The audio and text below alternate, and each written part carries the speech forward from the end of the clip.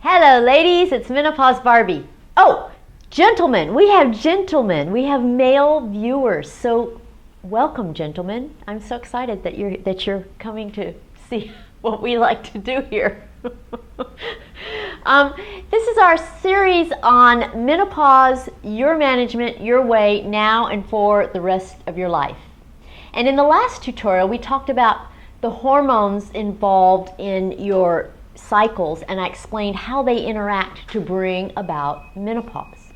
Today, we're going to talk about some phases and the terminology with the different parts of menopause. So if you're following along in the book, it's pages 70 through 73. And if you're following along in the outline notes, we're covering page 7.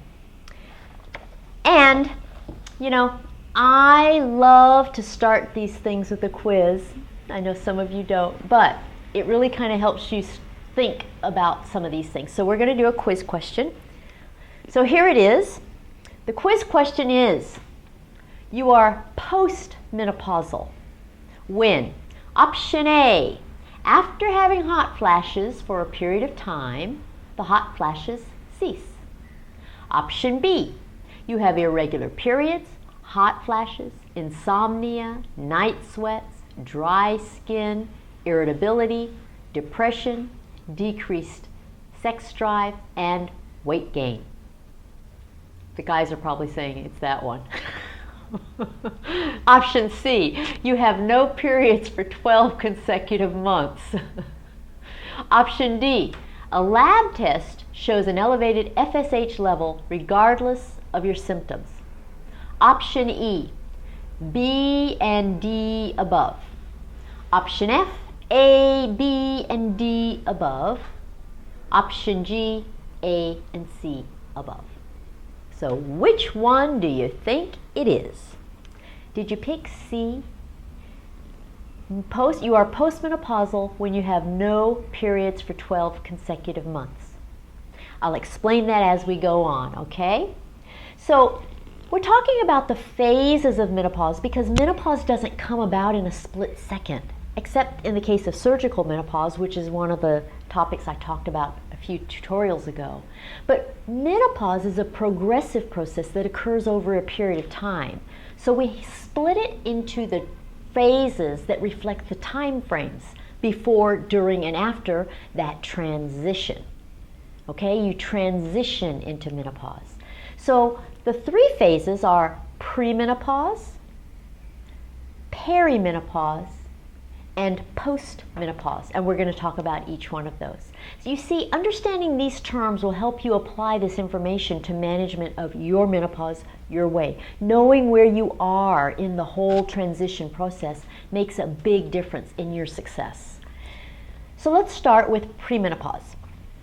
Pre means before, meno means menstruation or periods, and pause means to stop. So premenopause means before menstruation stops. This is before your transition into menopause begins. Premenopause is when you're having your regular periods, everything is predictable, you don't have any signs or symptoms of menopause yet. Okay, everything's going along just fine. But then comes perimenopause. Now perimenopause is broken down just like premenopause was. Peri means the time surrounding or near. Meno means menstruation. And pause means to stop. So this is the time between the beginning of your menopausal transition until the end of your menopausal transition. It's the time surrounding your transition into your periods stopping. Okay, if I had to use an analogy, I'd say, okay, think about the time between the beginning of puberty and the end of puberty. Puberty takes about 2 years, and it's a process. So perimenopause is the same way. It's over a time frame. It spans the time from your very first sign or symptom of menopause until menopause is fully established. it's kind of difficult to define the average age of onset of perimenopause because perimenopause is strange, to say the least. For some women, perimenopause lasts as long as 10 years. Some women go through perimenopause from age 40 to age 50. You know, when you think of puberty, it's about 2 years. And most people go through perimenopause in about 2 years, but it can happen in 1 year, it can take 10 years. So it's very hard to define the average age of onset. And during this perimenopausal time frame, you might have just some of the symptoms of menopause, but you might have all of the symptoms of menopause. You might have the symptoms just intermittently here and there once in a while, or they may be continuous. So let me explain to you what happens with your hormones. I'm going to use some of my props. I love the props I put together. So here we have some French presses. And the French presses have scarves in them to demonstrate various hormones. The pink scarf is estrogen. The blue scarf is testosterone, which we're not really going to use today. And the multicolored scarf is progesterone. See, this one has pink, blue, and yellow. That's progesterone. So here we have hormone levels. This is your level of estrogen, your level of progesterone, level of testosterone. Okay, here's what happens when you start going through perimenopause. First thing, the progesterone decreases. So let's take our progesterone and press it down, and the progesterone level gets very, very, very low. Well, where does that leave us? Well, it leaves us with this big imbalance between estrogen and progesterone. You've got high estrogen and very low progesterone. So what happens then? I need another prop to show you. Got something else. Okay, so this prop is the feedback loop that I explained to you the last time.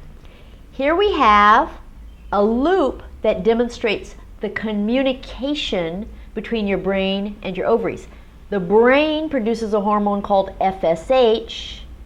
FSH says, ovary, produce estrogen. If the ovary produces estrogen, FSH is very happy and stays very low.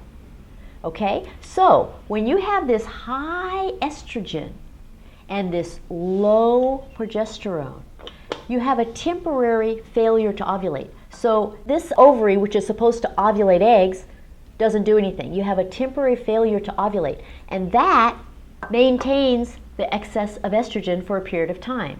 So this estrogen is very, very high. Now, this higher level than normal of estrogen is what gives you those wacky periods in the early part of perimenopause. I bet most of you who have gone through the early part of perimenopause will say, God, what I remember most was my periods were just crazy. They were heavy, they were irregular. I couldn't tell what was going on when. That is because of this. Your low progesterone, your high estrogen, you aren't ovulating. That is what's happening in the first part of your perimenopause. So when you have that high estrogen, your FSH is very, very, very low. Okay? But then your ovaries become really lazy, they fail to produce estrogen, and they stop producing estrogen. They just change their mind and go, okay, I've been producing all this estrogen, now I'm going to quit. And what happens? The FSH starts rising, because the FSH is screaming at the ovary. It's saying, produce estrogen, but the ovaries are ignoring the FSH. The ovary is sitting there idle, refusing to produce estrogen. It was high before, and now it goes low, okay? Now, what's happening is your ovary is so confused.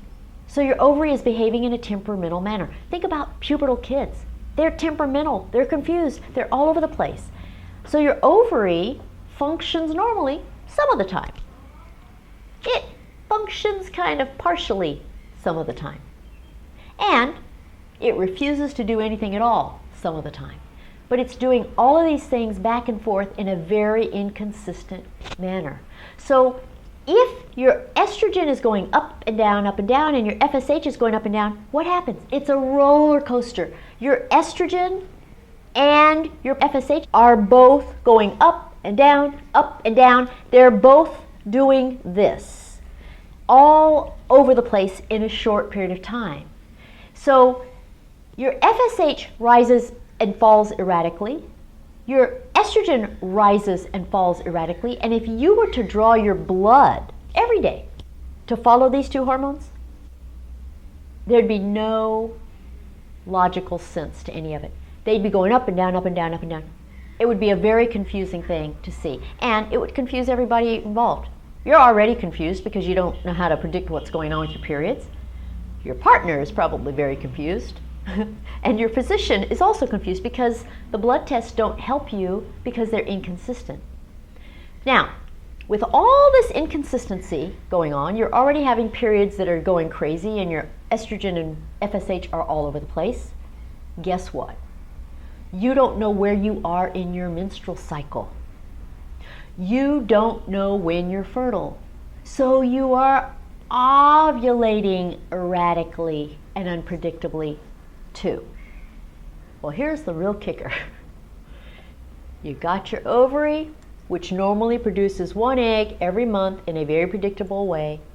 But because this ovary is going back and forth between very high levels of estrogen and very low levels of estrogen, it sometimes causes more than one egg to mature and ovulate.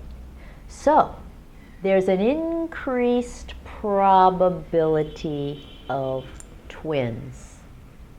Increased chance of ovulating 2 eggs instead of 1. Okay? Doesn't that sound like fun? Do you have any idea what it's like to tell a 50-year-old woman, no, you're not menopausal? This is where I start backing up. You're pregnant with twins. You see, I'm going to get hit. She's going to throw something at me. She is going to have a fit. There is a blood-curdling scream that matches like nothing else. I mean, it is the most horrific scream. Anytime you tell a 50-year-old woman she's pregnant with twins when she thought she was menopausal, it's a day you don't forget. The whole office goes, uh-oh, we've got a problem on our hands. It's awful. Okay, so you have to remember that you have to use birth control throughout the whole perimenopausal time. You have to use birth control. You don't know what's going on. It's chaos. You can get pregnant. Okay, and you can get pregnant with twins. Perimenopause and twins. How does that sound? What a great combination. So, you know, Gail Sheehy wrote a book called The Silent Passage. And the name is somewhat of an oxymoron in the sense that there's nothing silent about it. It's a time when things are crazy. It's anything but silent. Okay? Now, after all these years, 2, 4, 6, 8, up to 10 years of this hellacious chaos during the transition, you finally reach that final stage when all that transitioning is over. And the name for that stage is called post-menopause. Post means after, meno means menstruation, and pause means to stop. So this is when you are fully established in menopause. You're fully finished with all the transitioning, all the chaos settles down, and you are post-menopausal. By definition, you must have no periods for 12 consecutive months to be postmenopausal. The key word is consecutive. So if you're looking at a calendar and you're checking when you last had periods, you count all the times you're having periods or not. Let's say you have no period, no period, no period, no period, no period, no period, no period, no period, none. You're down to almost there, and at the 11th month you have a period. Guess what? You have to start counting all over again. Okay? And if you have period here, none, I mean none, here, yes, no. If you're back and forth, that's perimenopause.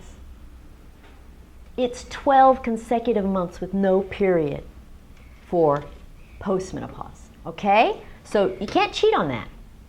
That's fooling with Mother Nature. You don't get to cheat on that. So when you get to postmenopause, what's happening? Well, going back to our French press, here's where your estrogen goes very, very, very low. It takes a dive and it stays low, right? So your estrogen is low, you're producing no estrogen out of the ovary, and your FSH is going to skyrocket and stay high because it's yelling at the ovary to produce estrogen and the ovary is ignoring it, okay? This is the time when your ovaries have gone completely out of business. They're fully retired. You can no longer get pregnant. There's no hormones there. The shop is closed. Now, the average age for postmenopause is 51. That's the average age of getting to the point where you say, I've had 12 months of no period. I'm finally there. The average age is 51. But think about it. The average age of puberty was what, 12? And there's a range. Kids go through puberty anywhere between ages 9 and 14. So postmenopause is the same in that there's an age range. Remember, premature menopause is when you reach this stage, postmenopause, before the age of 45. Most women don't reach this stage until they're about 51. Now, regardless of the age at which you become postmenopausal, you're going to remain postmenopausal for the rest of your life. And that means that you're going to spend a major portion of your life in the postmenopausal phase. You're going to spend 1/3 to 1/2 of your life as a postmenopausal woman. And during that time, you're going to be managing your menopause for the rest of your life. You see, just because you're postmenopausal and you're in one final phase and you're staying there for the rest of your life doesn't mean that everything will stay the same. You know, after you got through puberty, things didn't stay the same. You finished puberty, got to the end of puberty, and started out adolescence, and things continued to change. Throughout your whole adulthood, things have continued to change. So even though the phase of your life is going to be postmenopause forever, you are not a robot. You're evolving. You're going to continue to evolve. So, you know, your health status may change, or your emotional needs may change, or your personal preferences may change. You may change your mind about what you want to do. And so your management may change. You may move someplace to where you have fewer or more options available to you. So don't think of postmenopause as, oh, I'm there, I'm done, I'll just coast for the rest of my life. You don't get to coast. It's active management forever. The good news is you have all this information so that you can actively manage it any way you want and you know what you're doing. Okay? So this postmenopause will be your last phase, and I want you to make it your best phase. Now you'll hear the word menopause much more than you hear the words perimenopause or postmenopause. You know, most people group them together and they use menopause as a general term that includes both. I'm breaking them down for you because I'm trying to teach you the differences in what's going on with your hormones, and I want you to understand why things change over the progression of the transition time during perimenopause to postmenopause. But you'll mostly hear menopause, and it means that they're talking about both peri and postmenopause. The important message is this: postmenopause isn't just a phase. It's a lifestyle, and it's a lifestyle that lasts for the rest of your life. So this tutorial series is my attempt to teach you how to make the rest of your life the best of your life. Regardless of the phase that you're in right now, learning this will change everything for you. The earlier in life you learn all the things I'm teaching you, the better. If you're premenopausal, oh my gosh, congratulations, good for you. Keep watching, and congratulations for being so proactive. You are going to make such a difference in your life that you just don't even realize it until later. If you're perimenopausal, you're probably thinking, oh my God, Menopause Barbie, you're describing my life to a T. Have you been spying on me? Well, no, I'm not a voyeur. I'm not spying on you. I'm a menopause expert. I've dealt with this a bunch. I know what you go through for perimenopause. So just stay tuned. You're going to learn what you need to learn. We're going to help you smooth it out, and you're going to get to do it any way you want, okay? And if you're already post-menopausal, it's not too late. Don't say, oh, I've done that, I don't need to. No, stay. Watch these things. Initially, you're probably feeling a little deceived or angry because no one's told you these things, because you went through the whole thing and no one said a word to you. You didn't know what was going on. And you should be upset, but you're going to make up for it. You're going to learn so much that can still make such a huge difference in your life and make it so much better for so much longer that you're going to love learning it. You may even save your life. So you should grab your daughters and granddaughters, bring them along for the ride, and share all of this stuff so that you see that you can keep gathering information and making such a big difference forever. And if you're a guy, if you're one of the guys, don't tune me out. You know, you guys tune us out so much because we talk too much, we know that. But don't tune me out, because watching these will improve the quality of your life. It'll improve the quality of your marriage, and it may even save your marriage. Every guy has at least one peri or postmenopausal woman in his life, whether it's your mother, your sister, your neighbor, your colleague, your wife, your girlfriend.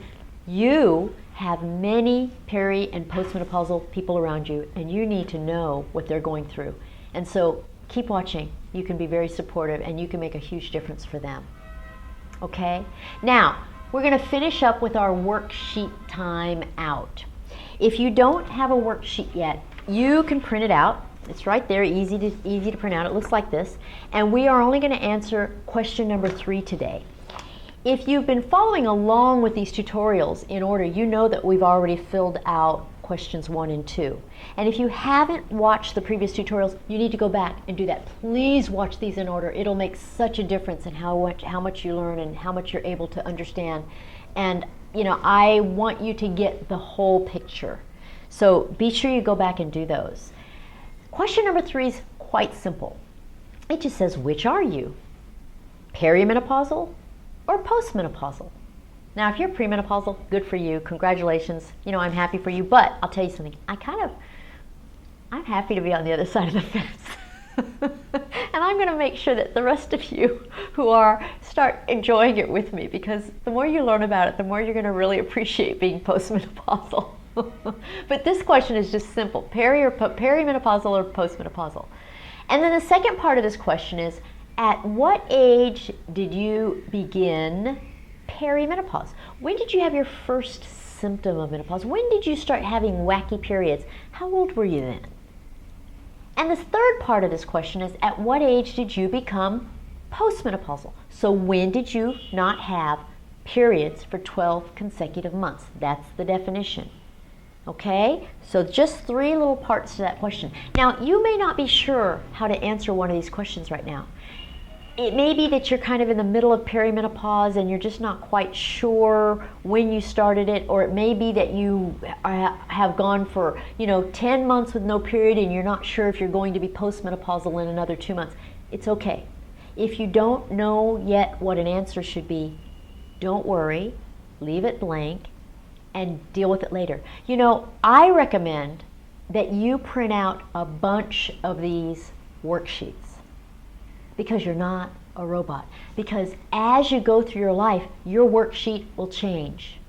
The purpose of the worksheet is for it to work for you. It's going to narrow down everything and put it all in one place in a nice, neat, tidy way that allows you to refer to it at all kinds of times. You know, if you're in the restaurant or in a grocery store, or you're trying to make decisions about this or that, your worksheet can help you with all sorts of things. So print out a bunch of them. And today, as we go along with these tutorials, fill out one, and in a few years, you probably will need to come back and fill it out again. But then you'll know the answers to all the questions, because you will have done these tutorials with me, and you will have graduated from this little university of menopause, and you'll be able to fill it out beautifully. So, that does it for today. Thank you for coming, especially the guys. Thank you for being here. You are making such a difference, and we really appreciate. We like having you around, so come spend more time with us. The next time we're going to talk about diagnosing menopause, and that's where we're going to start getting into the long list of symptoms of menopause. We're going to be getting into all the stuff that helps you find out exactly how to know that you're perimenopausal or postmenopausal. Okay, I'll talk to you then. Until then, take good care. Bye.